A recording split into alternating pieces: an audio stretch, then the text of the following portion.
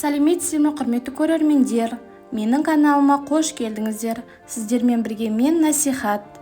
Бүгін сіздерге дәмі ерекше болып шығатын алма пирогының рецептісімен бөлісемін.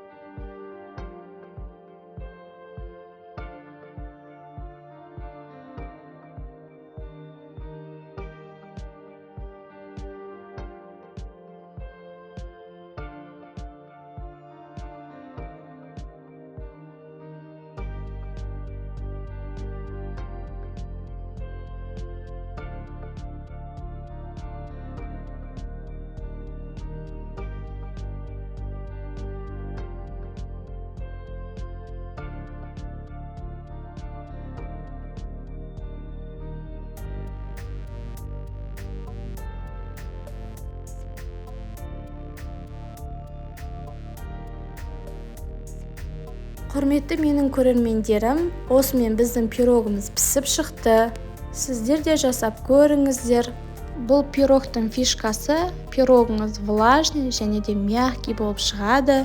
Менің видеом ұнаса комментарий қалдырып, менің каналыма жазылуды ұмытпаңыздар.